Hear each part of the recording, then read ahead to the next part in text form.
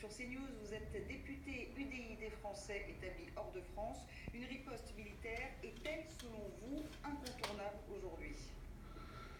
À question directe, réponse directe, oui à mon sens. Tout a été essayé.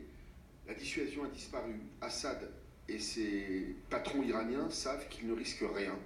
Et ils gazent, et ils tuent des enfants, et on a vu ces images.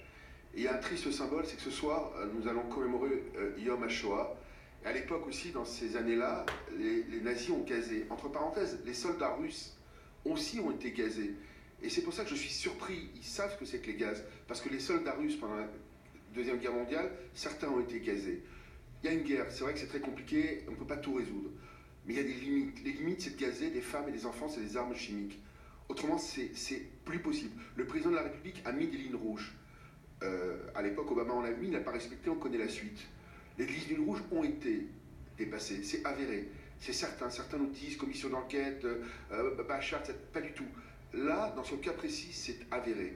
Ils ont utilisé des gaz chlore, ils ont tué des femmes, des enfants, des civils, par centaines, par milliers, et encore tout récemment.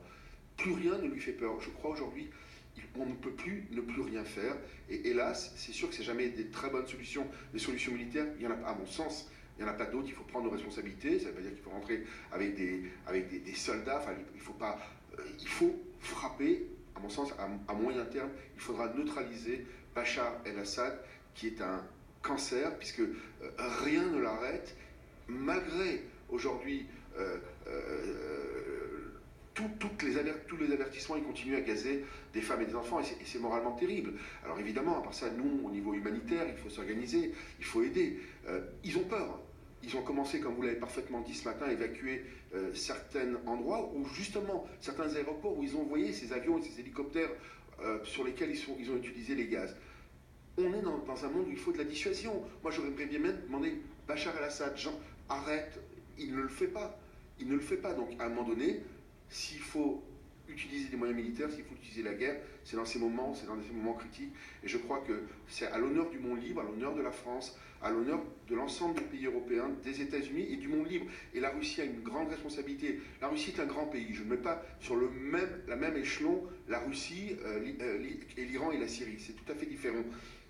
Et la Russie doit aussi user de tout son pouvoir, et ils en ont dans cette région du monde, pour faire en sorte que ces massacres de femmes, de civils, arrêtent. Meilleur Habib, l'éventualité de cette intervention divise la classe politique française. Il y a Marine Le Pen qui est montée au créneau ce matin. Elle dénonce le comportement va-t-en-guerre de la France. Pour elle, il faut éviter de reproduire le scénario libyen. C'est bien facile de dire ça. Alors qu'est-ce qu'il faut? Il faut rien faire. C'est la solution la plus facile.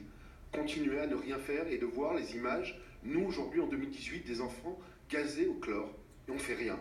Non, Marine Le Pen a tort, les scénarios ne sont absolument pas comparables, il ne s'agit pas d'intervention terrestre, il s'agit de frappes ciblées, mais très fort. Il faut, aujourd'hui, je vais aller plus loin, je pense qu'il faut que Bachar el-Assad sache que sa vie peut être en danger, y compris lui et ses proches. S'il a peur à titre personnel, ça va le faire réfléchir à plusieurs fois.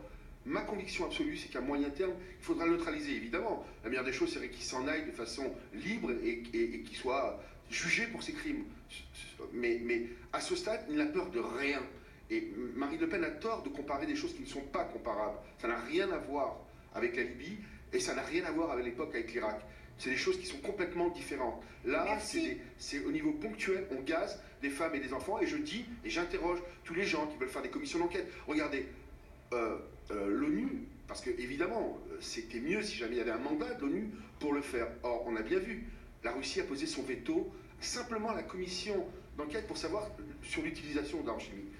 On ne peut pas rester silencieux. Merci beaucoup, Meilleur Habib, d'avoir été en direct sur CNews dans le Carrefour de l'Info. La situation en Syrie, on y revient.